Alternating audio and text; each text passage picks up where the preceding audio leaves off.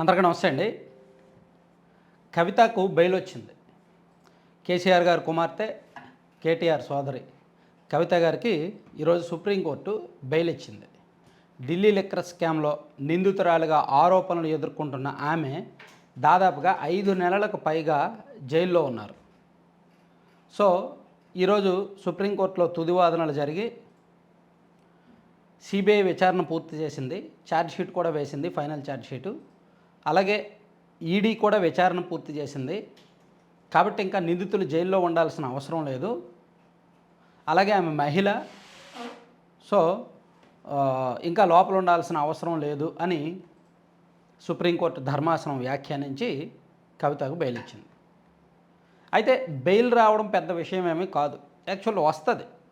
ఇప్పుడు 100 కోట్లు స్కామ్, ఆమె 100 కోట్లు సౌత్ గ్రూప్ ద్వారా హవాలా మార్గంలో ఆమ్ ఆద్మీ పార్టీకి 100 కోట్లు లంచంగా ఇచ్చి లబ్ధి పొందారు, ఆ లిక్కర్ స్కామ్లో లబ్ధి పొందారు అనేది ఒక ఆరోపణ.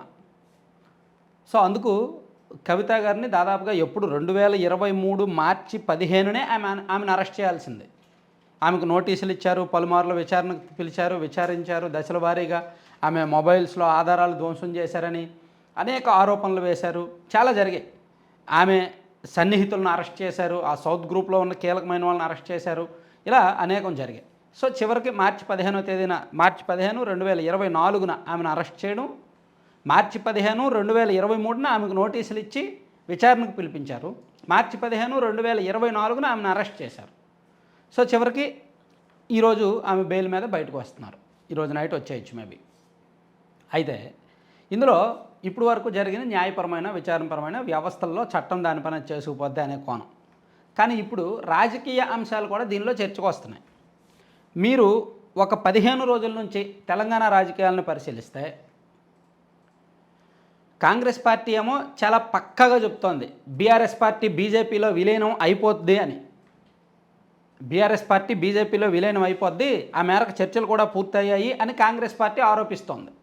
ఈవెన్ కొన్ని మీడియా సంస్థలు కూడా చెప్తున్నాయి అదే అంశాన్ని. సో కేటీఆర్ గారేమో ఒక వారం రోజుల కింద, 10 రోజుల కింద చెప్పారు వచ్చే వారం కవితకు బెయిల్ వస్తుంది అని. వారం రోజుల్లో కవితకు బెయిల్ వచ్చేస్తుంది, చాలా కాన్ఫిడెంట్గా చెప్పారు. సో అంటే ఈ పరిణామాలన్నీ మనం గమనిస్తే, ఒకటి బెయిల్ వస్తుందని బీఆర్ఎస్ నాయకులు అంత కాన్ఫిడెంట్గా ఉండడానికి కారణం ఏంటి? ఒకటి విచారణ వాళ్ళకు అనుకూలంగా జరుగుతుందని చెప్పడం, లేదా కోర్టులో వాళ్ళ తరపున వాదనలు వినిపించే న్యాయవాది ద్వారా కొన్ని పాజిటివ్ సంకేతాలు వినడం, లేదా గత వాయిదా అంటే అంతకుముందు విచారణలో వాళ్ళకు పాజిటివ్గా రావడం, ఇవన్నీ జరిగి ఉండొచ్చు. కానీ కేటీఆర్ గారు అంత కాన్ఫిడెంట్గా చెప్పారు కాబట్టి, బీఆర్ఎస్ నాయకులు ముందు నుంచి ప్రచారం చేస్తున్నారు కాబట్టి, అంతా అయిపోయింది బెయిల్ వస్తుంది అని చెప్తున్నారు కాబట్టి, సో మేబీ బీజేపీ పెద్దలతో డీలింగ్ ఉందేమో, అందుకే బీజేపీ పెద్దలు ఒక గేమ్లో భాగంగా, ఒక ఒప్పందంలో భాగంగా ఆమెను బయటకు రిలీజ్ చేశారేమో అని చర్చ జరుగుతుంది. యాక్చువల్లీ బీజేపీ వేసే ప్రతి అడుగు కూడా, బీజేపీ అనే పార్టీ వాళ్ళు వ్యవస్థలను రాజకీయం కోసమే వాడుకుంటారు, వ్యవస్థలతో రాజకీయం చేస్తారు.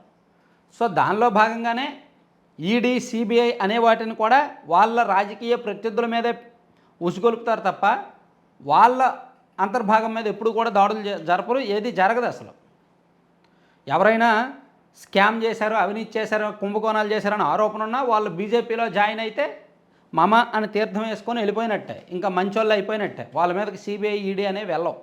సో అలాగే ఇతర పార్టీల్లో ఎవరైతే నాయకులు ఇటువంటి కుంభకోణాల్లో ఇరుక్కున్నారో వాళ్ళని నయానో భయానో ఏదో ఒకటి చేసి బీజేపీకి అనుకూలంగా మార్చుకోవడమో, లేదా బీజేపీలో చేర్చుకోవడమో, లేదా శత్రువుగా కాకుండా తటస్థంగా ఉంచడమో బీజేపీ చేస్తున్న రాజకీయం. సో ఆ క్రమంలోనే బీఆర్ఎస్ పార్టీని కూడా తమతో కలుపుకోవాలనుకుంటున్నారు. ఢిల్లీలో జరగనున్న అసెంబ్లీ ఎన్నికల తర్వాత ఈ మేరకు అధికారికంగా ఒక ప్రకటన రాబోతోంది. దానిలో భాగంగానే కవితకు కూడా బెయిల్ వచ్చేలాగా వ్యవస్థలు సహకరించాయి అనేది రకరకాల ఆరోపణ. సో మరోవైపు బీజేపీ కూడా చెప్తోంది. బీజేపీ వాళ్ళు ఏమంటున్నారు, అసలు కాంగ్రెస్ పార్టీయే కారణం కవితకు బెయిల్ రావడానికని వీళ్ళు ఒక వింత వాదన తీసుకొచ్చారు. అసలు బీజేపీలోకి బీఆర్ఎస్ అనేది విలీనం అవ్వదు, మేము దాన్ని ఒప్పుకోము, అసలు కవితకు బెయిల్ రావడానికి కాంగ్రెస్ పార్టీ వాళ్ళే కారణం అని ఇలా కొత్త ఆరోపణ చేస్తాను అన్నమాట. సో మొత్తానికి కవితకు బెయిల్ రావడం వెనక ఒకటి మాత్రం నిజం, రాజకీయపరమైన కారణాలే మనం ప్రధానంగా చూడాలి.